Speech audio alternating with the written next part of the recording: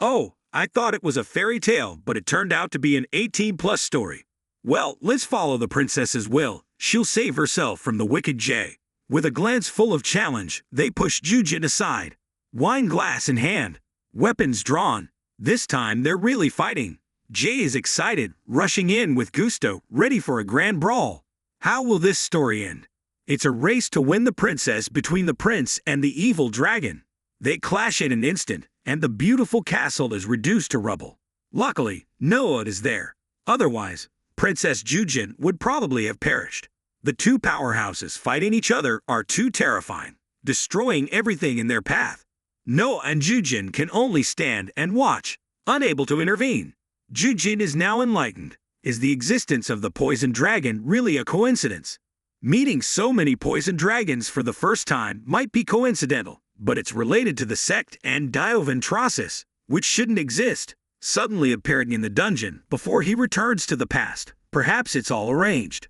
Ren immediately asks Noah for details about the dungeon he entered to obtain the title of Dioventrosis. Jujin is increasingly skeptical. Everything seems predetermined. Outside, Jiz and Sung Hong Jae's playful fight is reaching its peak. Jiz is indeed powerful, but has taken considerable damage from Sung Hong Jae. Yet she feels exhilarated by the fight, enjoying the close combat. Jiz's poison is not ordinary. It has a wide-ranging influence. Sung Hong Jae, although strong, is also affected. The antidote has little effect on this advanced poison. It's only useful for close combat attacks, not for Jiz's deadly poison. She is indeed dangerous. If Jiz can coordinate with other Class S, Sung Hong Jae will be at a disadvantage. Sung Hong Jae realizes someone is planning to kill him. Lost in thought, he is startled by a shadow above. Luckily, it's just Noah and Jujin. Jujin jumps down directly beside Hong Jae, shouting, "Quick, save me!" As if hearing the princess's plea for help. Sung Hong Jae rushes to catch her. He's also surprised by Jujin's leap, but is relieved when she touches him, immediately neutralizing the poison. Jujin is the unexpected savior, curing the poison and freeing Jace from dependence on this mediocre hunter. Unaware he has thwarted the mysterious figure's plan and prevented a pointless fight, Jujin is serious as she asks Sung Hong Jae about the dungeon Noah entered and the title he obtained. Is it provided by that sect? Sung Hong Jae hesitates to answer. Jujin continues, revealing her thoughts. That sect is trying to recruit Jace under their influence.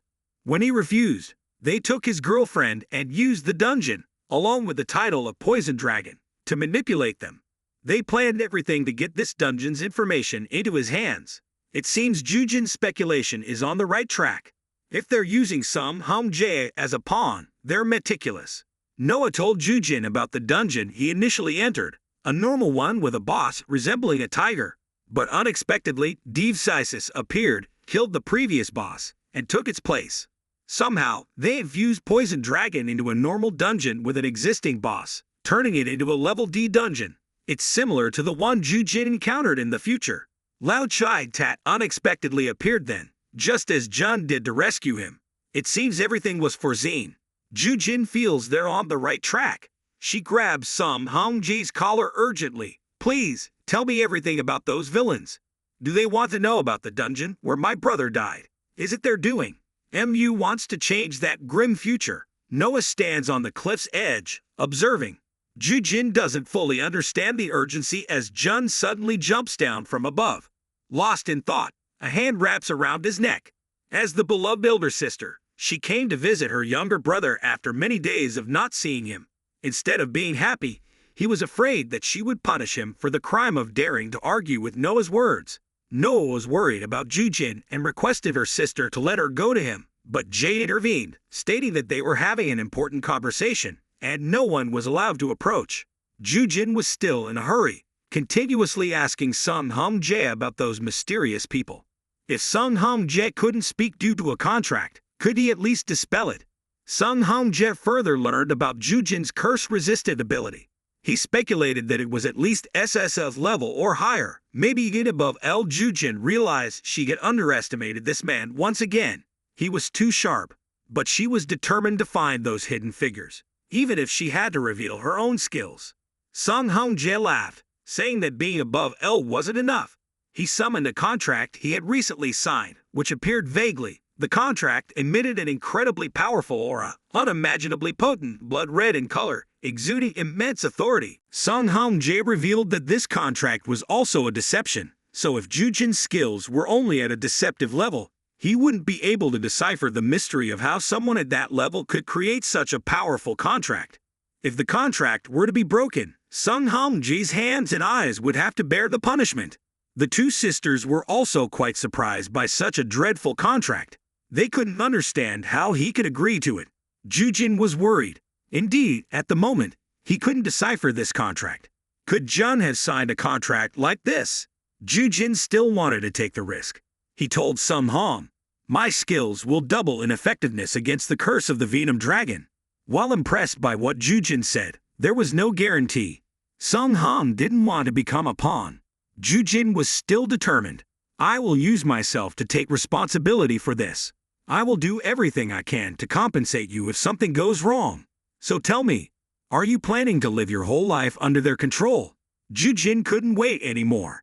He reached for the contract, but Sung Hong-jae used force to stop him. He held Ju-jin's throat, controlling him. Noah was worried, afraid, but Ju-jin prevented him from intervening. At this moment, he seemed truly serious. There was a menacing aura about him that could crush any weakling. He squeezed Ju-jin's neck tightly and threatened, "I really like you, but it's not enough for me to give up a part of my body." The pressure was truly terrifying.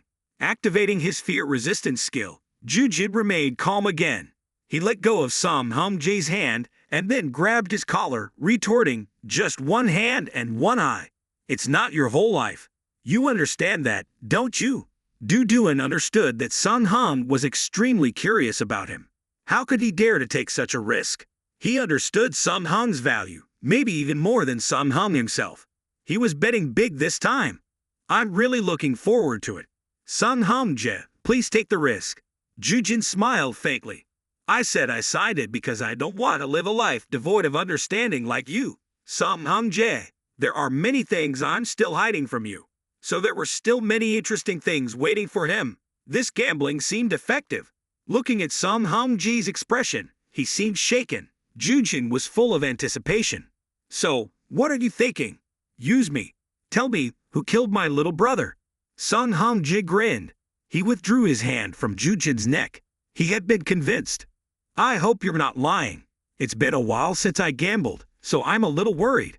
Indeed, this gamble was significant. If there were mistakes, the price to pay wouldn't be small.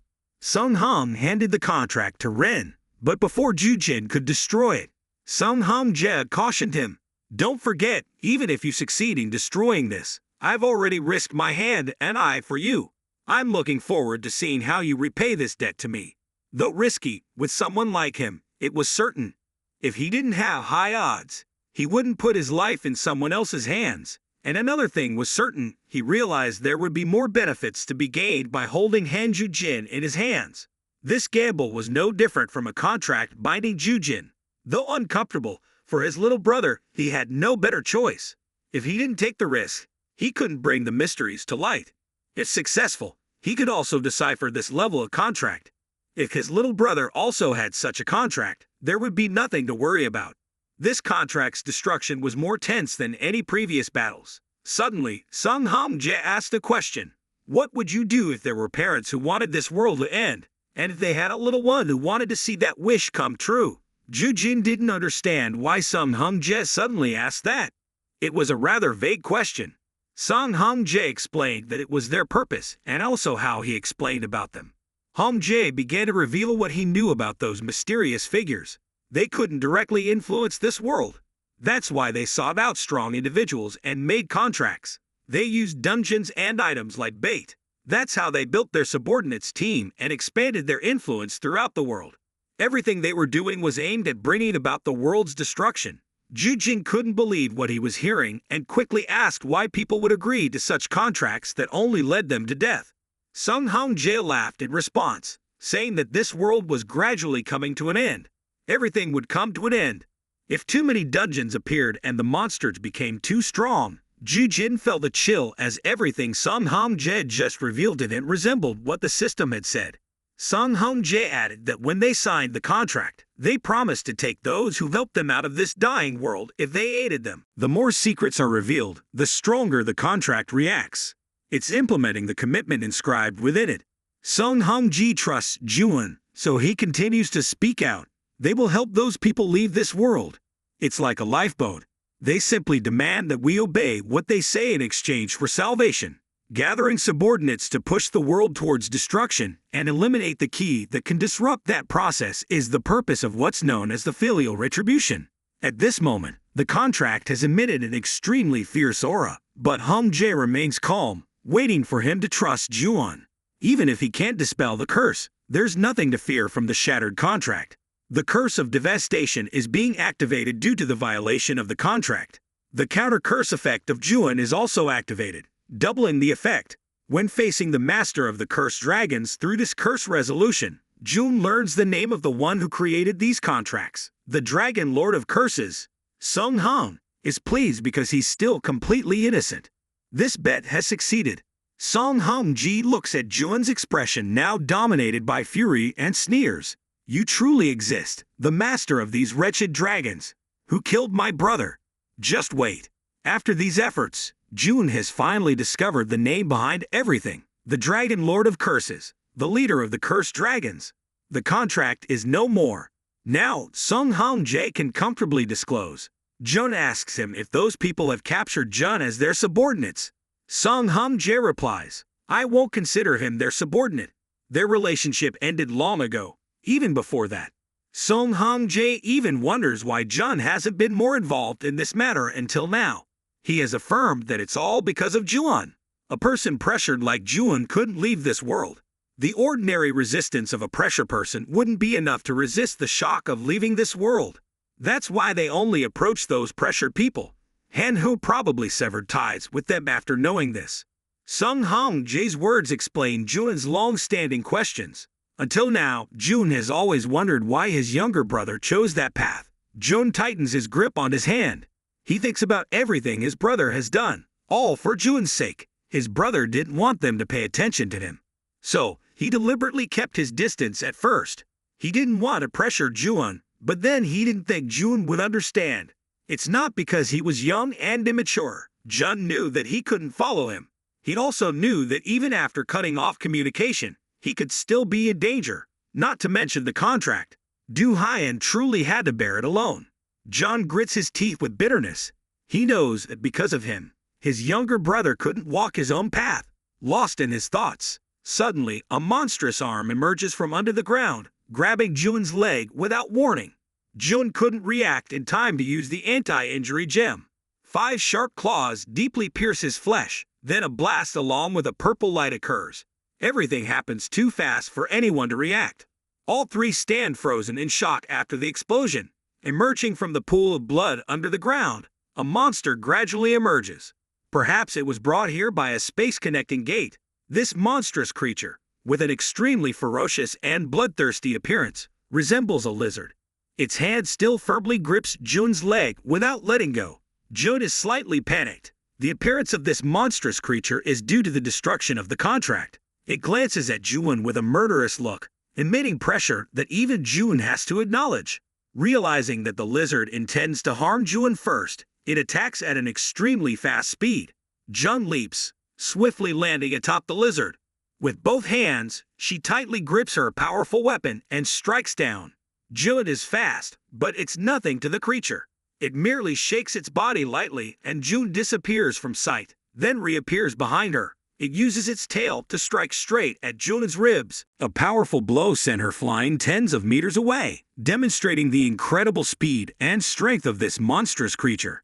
Noah was about to rush forward, but Ju-jin quickly intervened. He had observed it. Ju-jin knew that even an innate S-class individual couldn't defeat it. This creature was an SS-class dragon from the 2nd grade tier, belonging to the cursed lineage of creatures.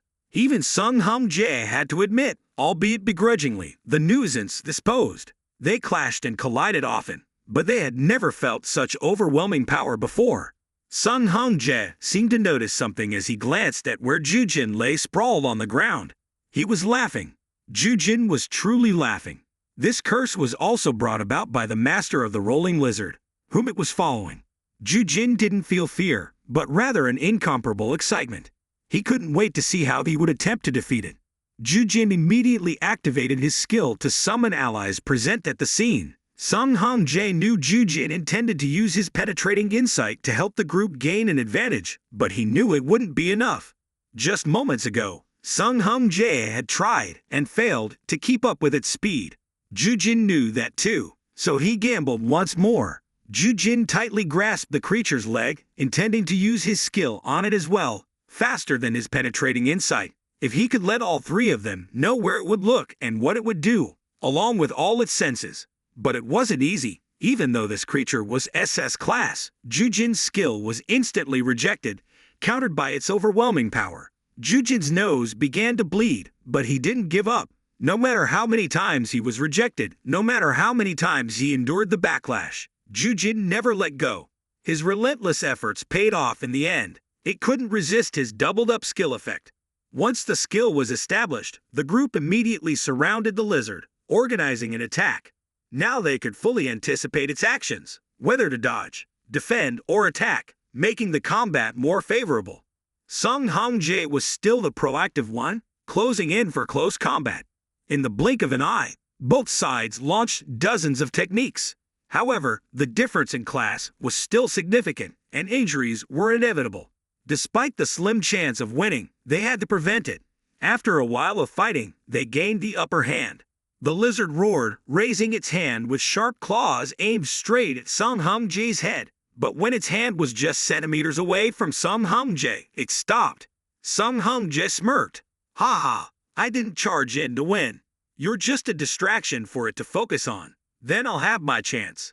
Sung Hong-jae's chain action had wrapped around it, sealing its movements. Next, Sung Hong-jae summoned a golden lightning bolt from above, striking directly on the lizard's head. Although it only caused some pain, it infuriated the creature. It roared in anger and turned to attack Sung Hong-jae just as he expected. As it did, she appeared from behind, aiming her arm straight down for a full-force blow. One of the lizard's arms was separated from its body. The purpose of this ambush was to rescue Ju-jin. He could now be considered safe, though the rescue was a bit excessive, sending him flying hundreds of meters away. With Ju-jin safe, the real battle began now. The dragon was furious. Not only was it hurt, but it also lost its prey. This time, it took the initiative to attack first, and Sung Hong-jae stood up to block its advance. She thought dealing with only one arm would be easier, but she soon paid for that carelessness. Something swept through her side, leaving a deep wound. It was the damn lizard's arm, which seemed to have grown back since it was chopped off. Suddenly, it crouched down, and Sung Hong-jae couldn't anticipate its next move. Then its neck suddenly swelled, and it opened its mouth wide, full of jagged teeth, preparing to spew something toxic. Sung Hong-jae had resistance to poison, but with its superior level, it would be difficult to withstand. Her body was already being corroded by its poison. In this situation, she wouldn't be able to hold on for long. At that moment, Noah behind activated her healing hand skill. "You are raising your voice to remind me to dodge fatal blows. I will support you, but I haven't forgiven you yet. The situation is urgent, so I'm helping for now. Keep it occupied until Yin is safe. It's been so long since we fought side by side," with Noah providing backup. J's recovery is reassuring, making Si dive back into combat with the lizard. Meanwhile, Ju-jin, holding Ju-jin like a pig, places him down, both figuring out how to deal with Jin's wounds as the lizard's claws deeply pierce his leg, causing continuous bleeding. Without treatment, he'll go into shock from blood loss. We have no choice but to pull it out and use the healing potion, but the claws are deeply embedded. Without painkillers, it will be excruciating, but there's no other way. Ju-jin is mentally prepared. "Help me pull it out just once. It hurts. If I pass out, remember to wake me up by slapping me." Sung Hong-jae starts acting after a 3-second countdown. He grips the claw tightly, forcefully pulling, causing extreme pain. Ju-jin's bitten lips bleed, agonizing groans echoing, making Sung Hong-jae too feel breathless. Finally, the claws are extracted, leaving Ju-jin panting heavily, quickly pouring the potion onto the wound. Sung Hong-jae notices Ju-jin's exhaustion. He suggests taking him somewhere safe to hide. Ju-jin is slightly annoyed, resting while expressing the need to fight the miserable opponent. He takes out 2 gemstones to neutralize damage, each lasting 10 minutes, one already used, leaving about 17 minutes. Ju-jin believes Song-hong can handle the lizard within this time frame.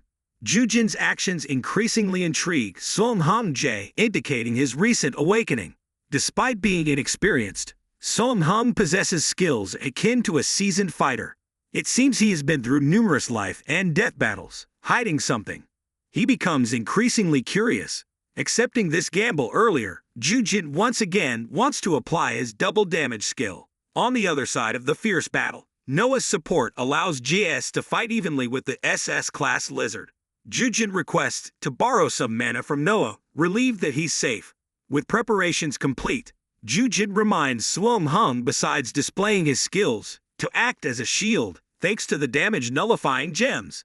Instead of embracing tightly, Song-hong-jae is told to relax. As long as he touches somewhere, the skill will work normally. Suddenly, Song-hong-jae asks a puzzling question about dance and teamwork, implying jumping. Ju-jin replies casually, stating his life isn't that leisurely. Song-hong-jae suggests learning now, sensing his imminent attack. Immediately, he dodges, leaping back as a golden light flashes on Song-hong-jae's chain, accompanied by a powerful thunderbolt. Once again, the lizard is struck, its attack power doubled due to Ju-jin's manipulation. Though hit by a tremendous attack, it's not enough to bring it down. It only drives it into a frenzy.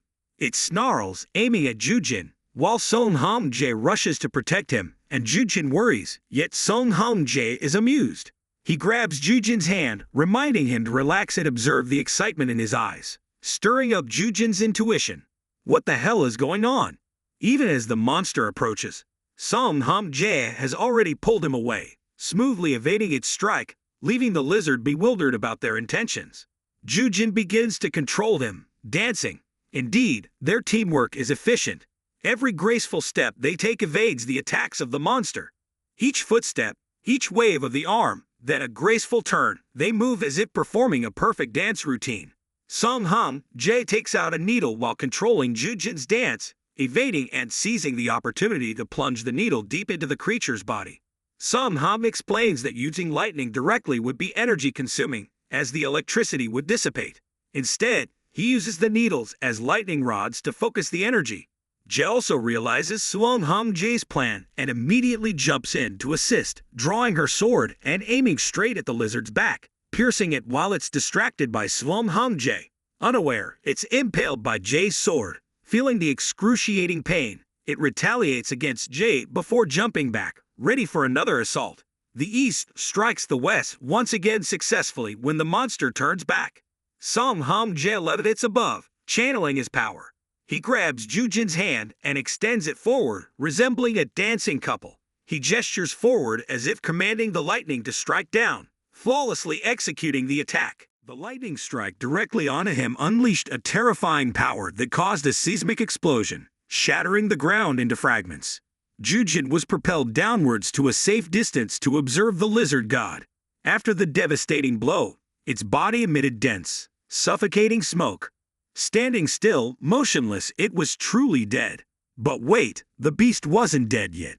Its body still exhibited faint movements. The earth lizard struggled for a while, emitting heavy grunts.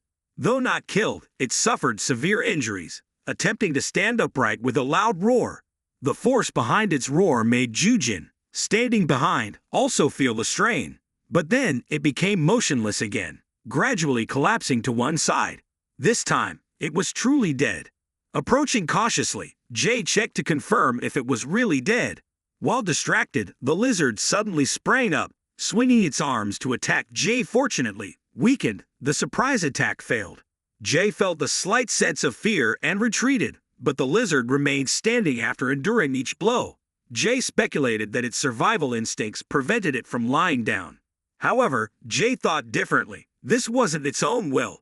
It was compelled to obey orders from its master, bound by a pact. Out of necessity, it received a directive to kill. Its resilience surpassed expectations. If it wasn't dead yet, Jae concluded, it would face further blows. The lizard's vitality proved remarkably resilient. It still hadn't died. If it hadn't died, Jerder reckoned it would continue its onslaught relentlessly. Jay struggled to approach. This was the target it aimed for when appearing here. Before its final breath, it seemed to mutter something, but no one heard, or if they did, they couldn't understand its language. Waiting for the monster to lie still, Jay took the initiative. Advancing toward it, Jay attempted to use its training ability to uncover clues about the monster's master. As the skill activated, Jay noticed purple water bubbles emanating from the monster's body. Enveloping Jay suddenly, the space around Jay turned pitch black, feeling as if transported to another dimension. When light gradually returned, Jay found no one around. Uncertain of what had happened, beneath the ground lay countless dragon skeletons, all cursed. How did Jay end up here? A mysterious voice echoed, stating it was their consciousness, or rather, their consciousnesses intertwined. The voice expressed joy at Jay's arrival. It turned out, after Jay used its power on the lizard's corpse, Jay was dragged into the consciousness space. Looking up, Jay felt a slight dread seeing a terrifying and grotesque poisonous dragon. Its eyes cold yet filled with anger, it scolded Jay for repeatedly ruining its plans. It mentioned the dragon slain by Jay's group earlier, revealing Jay's identity as the one who brought it here. This being was aware of Jay's true intentions. Despite Jay's fears, it approached without hesitation, asking if the poisonous dragon was its master. Accusations of sending assassins to the dungeon abyss to kill its younger brother were met with silence. Narrowing its eyes, the poisonous dragon extended its hand towards Jay. From beneath the pile of bones, a colossal figure emerged, a poisonous dragon crushing Jay to the ground. The poisonous dragon flew closer, stating that Jay's brother's death was unexpected. It should have been Jay who died. These words hit Jay like lightning. Indeed, its brother's death was meant to be Jay's fate. The purpose of the dungeon was to kill Jay, as long as Jay was alive. Han Juhyan wouldn't participate in the plan to end the world. Han Juhyan chose death so that Jay could live. If not for Jay, Han Juhyan might have escaped this crumbling world safely. Jay could accept its pact and become stronger. Even if Jay refused, it could still choose freely without being hindered by a weak older brother. Jay was the obstacle to Han Juhyan's path. Ideally, it shouldn't have died like this. It changed Han Juhyan's life, yet Jay still survived. Every word uttered by the poisonous Dragon King felt like a deep cut, reopening Jujin's wounds. At this moment, Jujin was crumbling, blaming himself for his brother's sacrifice. It was because of him that his younger brother couldn't choose a life of freedom. It was because of him that his brother had to give up his life. Jujin was the obstacle in his brother's path, the one who had robbed Ju-hun's life. Jujin clenched his fists tightly. "You're right, I shouldn't be alive," he admitted, reaching for the poisonous Dragon King's leg. "That's why I'm seeking revenge. You, the wretched master of that lizard, are responsible for my brother's death." Jujin's eyes were filled with anger and resentment as he stared at the poisonous Dragon King. However, the dragon remained calm, laughing mockingly. "What can a pawn like you do?" he scoffed. "Your plans have been thwarted by a mere pawn twice already. We've made your lizard salad, and the rest have just been seasoned on the skewer to bring the corpse here for you to see." The sarcastic remarks of Jujin made him furious. He ordered the dragon controlling Jujin to press down heavily. Then he forcefully flung him aside, its claws tearing through his body, causing blood to gush out. But the pain didn't subdue him. Jujin continued to curse vehemently, highly eloquent. "At least I can blame my profession, but perhaps you're just too foolish for your position." Jujin's loudmouthness, because he knew this one wasn't intending to kill him. If he wanted to, he would have long ago. "He's still struggling to find something from you." Jujin adds fuel to the fire to provoke him. "You speak of your younger brother and JS both refusing him. Why don't you change that sinister name Vian Long, huh? King of Fools seems more fitting for you." Jujin's provocation caused him to become somewhat angry. He controls the tailbone of a dragon. Lifting you high, grabbing Jujin's hair, he asks fiercely, "Is it true that you prevented her? How could you resist my orders? By what means could you possibly defeat Lao Chi-Tat? Those feeble brats have helped you, huh?" Jujin felt strange when he heard the nickname, feeble brats. They were the ones who created this system. You call them feeble because they want to stop the apocalypse, huh? Dragon King wonders if you know about them. What have you received from them? "A minion like you. Why would they care? The more Ju-jin insists, the more he confirms that this one knows nothing about his title or skills. What he possesses is what he wants to exploit. He won't kill you until he finds it. Why not bet once more? Ju-jin sneers. You're even more knave than I thought. He challenges you by pointing his rotting finger towards Guyanlong, asking how I would respond. You must have a problem. Ju-jin counts the hours to find an opportunity to escape. Although he hasn't killed you, tormenting you isn't an issue. He orders another Guyanlong to take your arm, which wasn't part of the plan. Ju-jin collapses, holding the severed arm, screaming in pain. Ah, I've become cruel, says Guyanlong, satisfied with the desperate cries.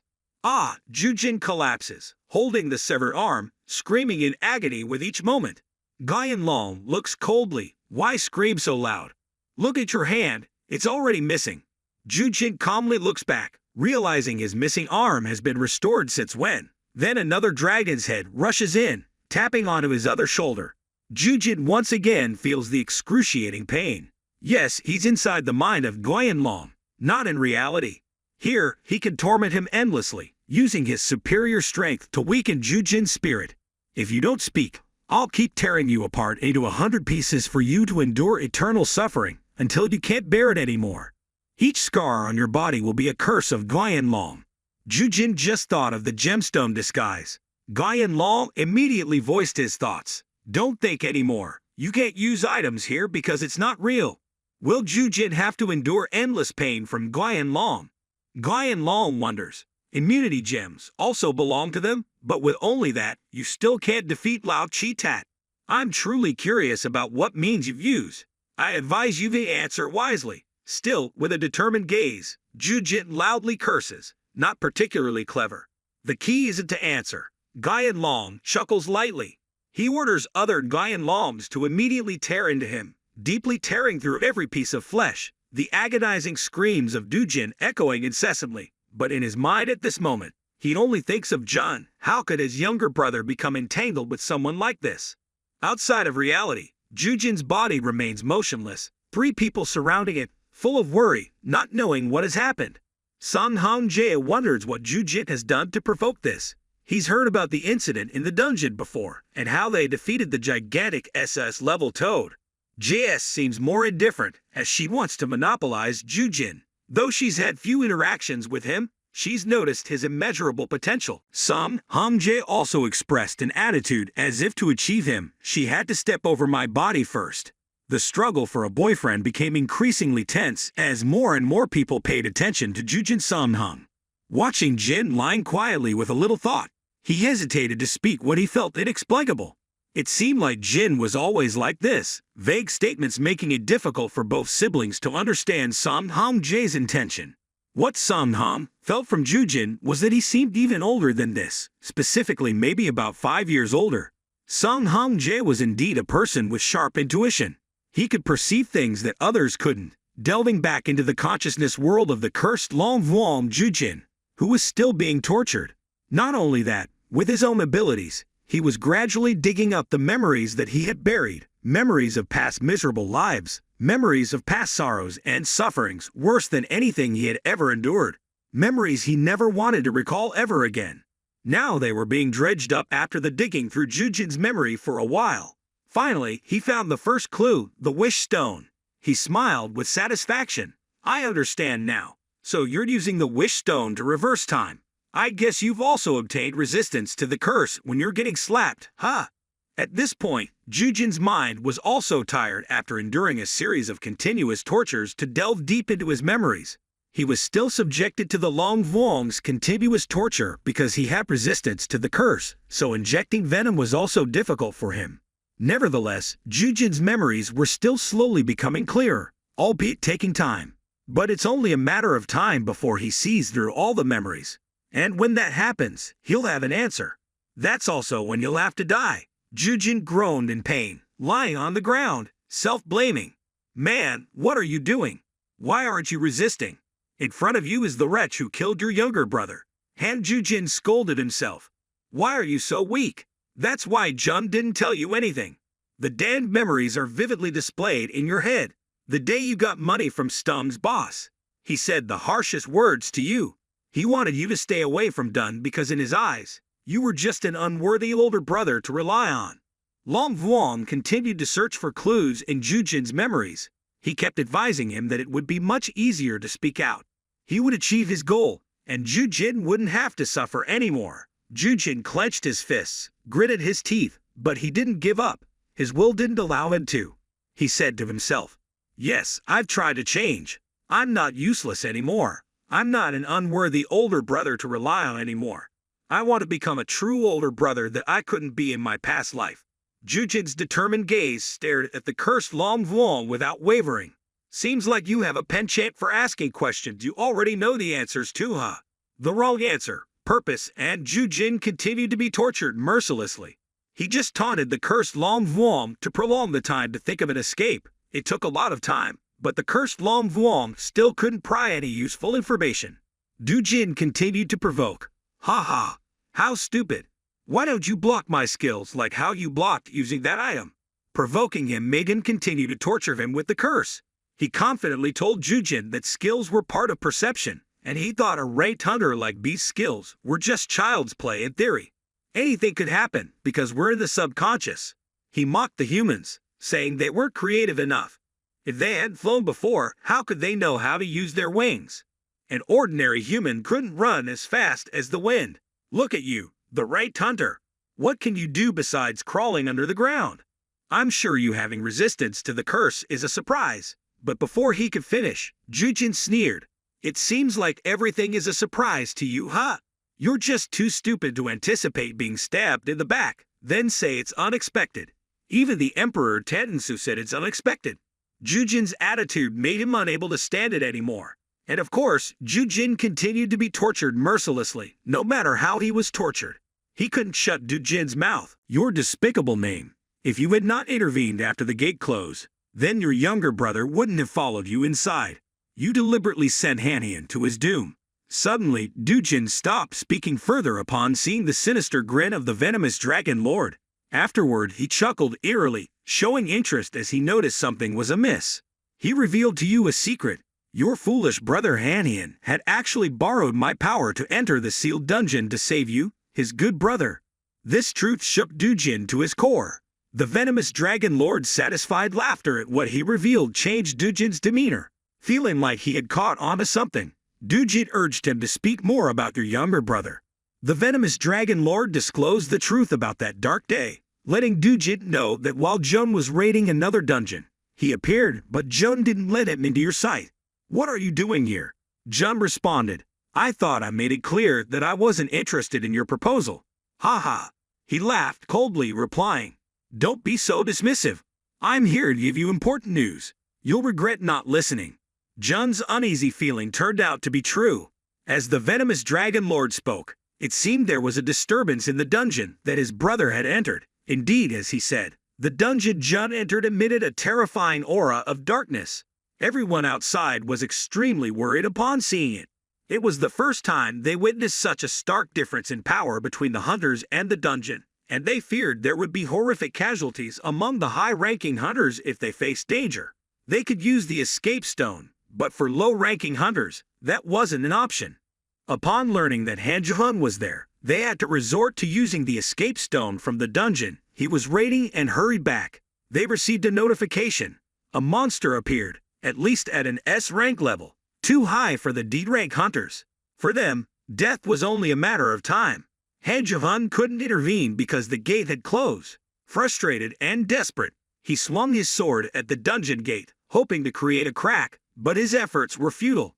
Someone in the crowd spoke up. "You can't do it. It won't open until everyone inside is dead. If so, then we'll have to wait until my brother dies to retrieve his body. Why can't you accept that?" He swung his sword more furiously, feeling utterly powerless. He only waited until the venomous dragon lord immediately offered a proposition. "I'll let you in." He opened a spatial gate beside him, allowing Han Jihun to see his brother being pushed to the brink. Without hesitation, he rushed in, but it wasn't that easy. The venomous dragon lord closed the gate and demanded that he sign a contract. "I will let you into that dungeon conditionally. You must become my subordinate." And of course, Han Jihun didn't hesitate to agree. Now Jun is in despair as the venomous dragon lord uses his consciousness to show him the whole truth most authentically. He continues to talk about his plan. Han Jae-hun thought it was just a faulty dungeon, but everything was within his plan, including the scapegoating. He made everything difficult enough for your brother not to save you, but not so difficult that his life was threatened. Just a death in that situation, and it would be on you. Han Jae-hun is a D-rank hunter. He would want more power, making him easier to manipulate. But what he didn't expect was his own death, sacrificing himself to save his older brother, even further humiliating himself. In the end, he fell into my hands, just a useless corpse. Every word of the venomous dragon lord was like thousands of knives piercing into Jun's pain. It was all a trap because he, your brother, knew he would be manipulated. But he only paid attention to his words to save me and asked you, what does it mean to be a corpse? My younger brother disappeared from the world. He chuckled softly. I can intervene in the remains based on the contract. It's much simpler to take his body after he's dead, or rather, to sever ties with this world completely. Jujin's voice trembled fiercely as he addressed you. You have her body. I thought I had lost her forever. Even when it hurt, I knew my little brother had died and would never return. So I resolved to move on. But I found her. She's still waiting for me to bring her back into this world. Back to me. Jujin's expression turned cold as he addressed the malevolent entity. You boastful dragon emperor, saying we have Han's body. How so? Fundamentally, someone has taken his body, but now, tears fall from Jujin's eyes.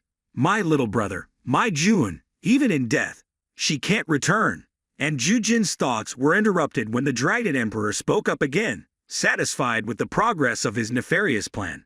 If you answer my questions, I can tell you more. Jujin's response changed in tone. He no longer displays any hint of anxiety, fear, or hesitation. Shut up. I don't want to hear you speak of that. The dragon emperor felt a sense of unease as a golden light emitted from Jujin's body. Dozens of lightning streams shot straight towards the lizard gods, restraining him, instantly dispersing them. The dragon emperor realized that what Jujin was using was Sung Hong Jae's skill. Perhaps you've learned it. Jujin's voice was deep and menacing.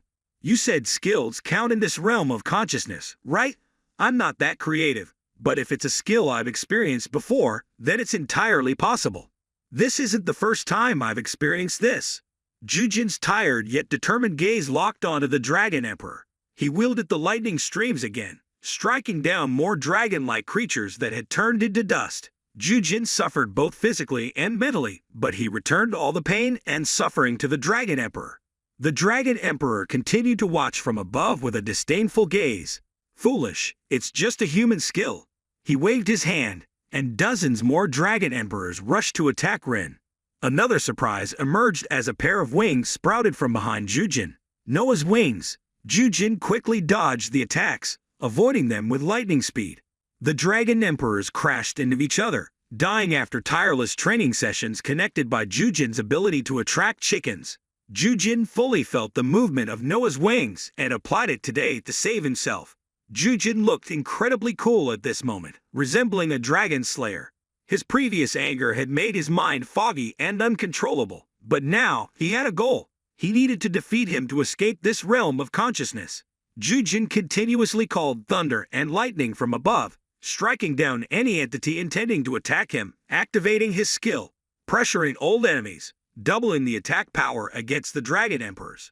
The terrifying power Jujin possessed made the dragon emperor breathless. He couldn't understand how Jujin could have such terrifying power. He was too preoccupied, and didn't notice his feet being sealed by Jujin's use of Jib's skill. Restraining the movement of the dragon emperor, Jujin turned his left arm into the dragon emperor's arm, then dashed straight towards him, engaging in a fierce struggle like boxing. Despite being in a dominant position, Jujin was hit first. The dragon emperor, once again arrogantly underestimated his opponent.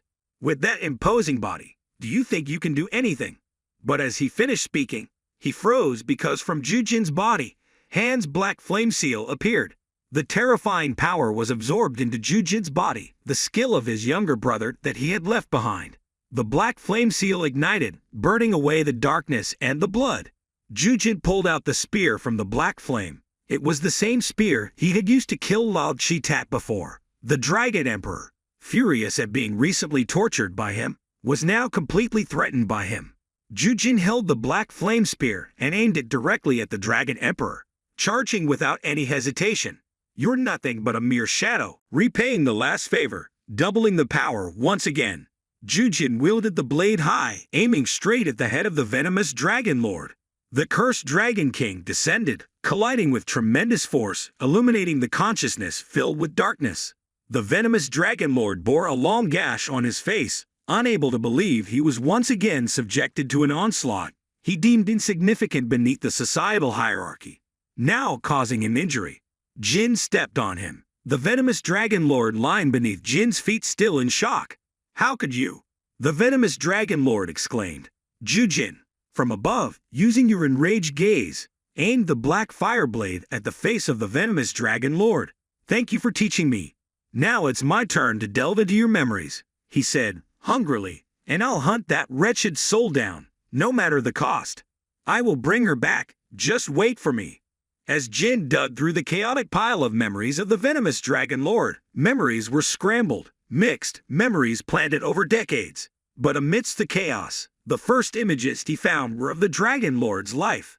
The first memory he saw was a scene of sudden death and destruction under flames soaring high.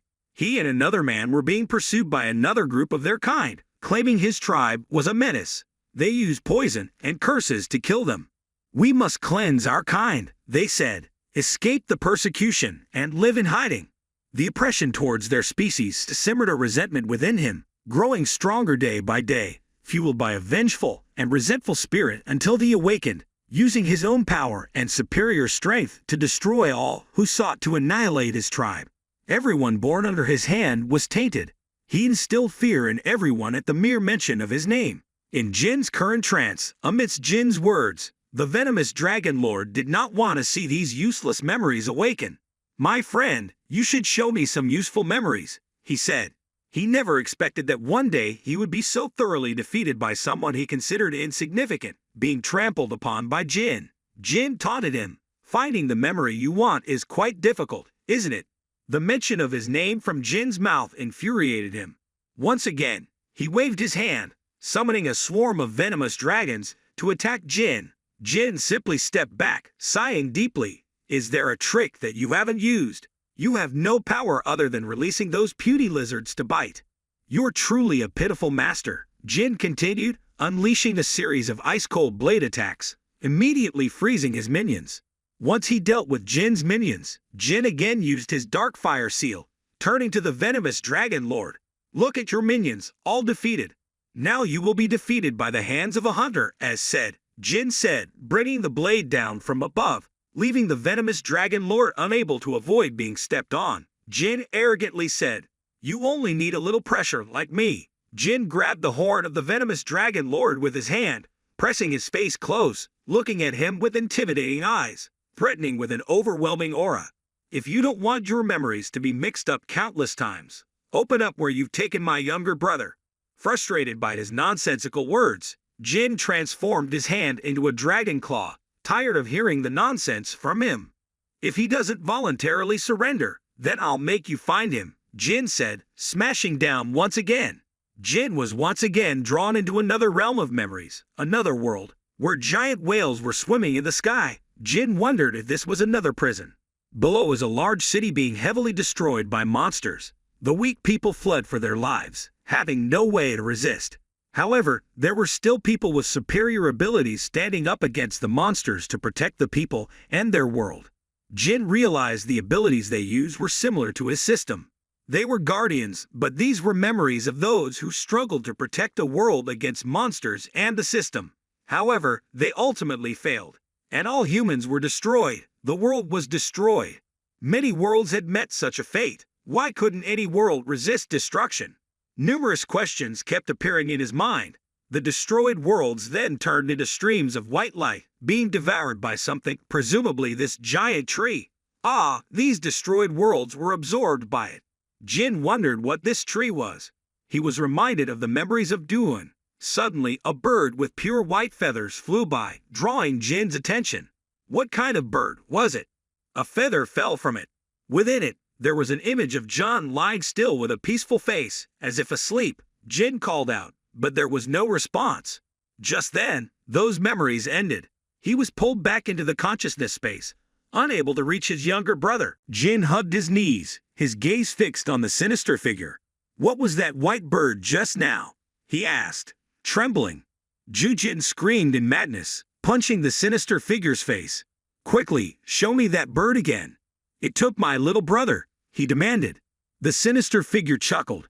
"So, you've seen the star-counting bird and the snow's essence. Then I must kill you," he said confidently, the air of someone who had already delved deep into the abyss, making Jin suddenly feel anxious. Space behind him suddenly cracked and shattered into fragments, surprising him. The sinister figure laughed triumphantly. "This is my subconscious, hence, this body isn't my real one." Before Jin could comprehend, the sinister figure beneath him began to fade away. Turning around, Jin saw the space behind him crumbling, revealing a gigantic malevolent eye, sending shivers down his spine as he sensed the immense power of the creature that had just appeared. A giant, malevolent dragon emerged, embodying the true form of the sinister figure. Despite his terror, Jin tried to resist, but its overwhelming power left him feeling helpless. Its colossal foot descending from above was enough to create immense pressure. After that heavy stomp, Jin found himself paralyzed with fear, unable to move. Just as despair settled, an intervention from the system emitted a voice. "System fraud detected. System orb activated, nullifying all attacks from the sinister Long Emperor." The sinister Long Emperor's expression turned to one of disbelief, unable to comprehend how Jin had escaped. "You, Mermaid Queen, how did you break free?" he exclaimed. Then he realized, "Mother, the system is called the Mermaid Queen Twin System." The Mermaid Queen, with her deep, penetrating gaze, confronted the sinister Long Emperor. Even though Tik appeared, the sinister Long Emperor remained unwavering in his determination. He reached out with his giant dragon hand once more, but this time, it wasn't as easy. Tik used her trident to block the deadly blow, causing the sinister Long Emperor to recoil in fear. It seemed as though he was suffering immense pain. Jin, bewildered by the turn of events, learned from the system that an outsider had infiltrated their world, posing a threat. The sinister Long Emperor's power was waning due to the limitations imposed by Tik's realm. Black, viscous masses were continuously drawn out of his body, weakening him. The system explained that it could only do so much, leaving Jin to rely on his own strength. Jin, empowered by his inner consciousness, managed to defeat some of the smaller sinister Long creatures with mere flicks of his hand. With newfound confidence, he knew he could bring agony upon the sinister Long Emperor himself. Filled with exhilaration, Jin exclaimed to the system, "I'm glad I can do something. Who else but me would wish for his suffering? To see him in agony, pressed by a mere mortal he once sneered at," he roared, defying the arrogant entity. After the system's maintenance, it successfully fixed the limitations on the sinister Long Emperor's constraints. However, while his terrorizing dominance had diminished, he remained a formidable force to be reckoned with. For Jin to overcome him remained an exceedingly challenging issue. The sinister Long Emperor glared at Jin with eyes full of hatred for humanity. "Even if we are weakened, we are still stronger than you," Jin replied confidently, showing no fear whatsoever. "Very well, let's fight then. Two sides, like two ferocious beasts," he added, charging straight at each other. The terrifying forces collided, creating a shockwave that shook the consciousness. Jin remained agile with Noah's wings, evading the sinister Long Emperor's hand while attempting counterattacks. Despite the sinister Long Emperor's superior strength, he relied on physical attacks and his venomous mouth technique, taunting and belittling humanity. "Do you think you can defeat me just with those skills?" he mocked. "What do you intend to do with that feeble body of yours? You're just a pathetic pawn in my eyes," he continued, escalating his attacks furiously, angered by the audacity of a weak entity challenging such a mighty being. The power gap between them was indeed. Jin was gradually falling into a disadvantaged position, repeatedly taking hits from the Dragon Curse Long King without being able to inflict any damage on him. In fact, Jin was being swallowed whole by a Dragon Curse Long, with the Dragon Curse Long King thinking it could kill Jin. However, seeing the body of that dragon curse long swelling up, it was certain that it was about to burst from its mouth, smoke billowing up. Its belly was freezing and cracking open with a sound, the dragon's body crumbling. Jujin shattered into pieces. Jujin emerged unscathed, breaking free from the encasing with both hands. 2 skills, 1 ice, 1 fire. Jujin, at this moment, looked as cool as a war god, looking at the dragon curse Long King and asked mockingly, "Is it just a skill? As for you, I guess you rely too much on your lizard clan, even when you have a real body." Jujin spun, creating a whirlwind of ice and fire heading straight for the dragon curse Long King, determined to live through this ordeal. The dragon curse Long King opened its huge mouth to counterattack, spewing out its toxic breath, aiming to kill Jujin. But the toxic breath meant nothing to him. It was just a distraction.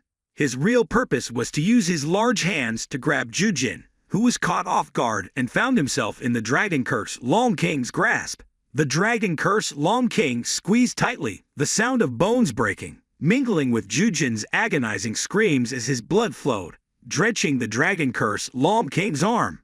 The dragon curse Long King laughed arrogantly. "You endure well, but without that skill. What are you? A weakling. Why don't you accept your defeat? You'll burn to ashes under my hands." His repulsive mouth widened, eager to taste Jujin's blood, but he didn't know that this action was digging his own grave.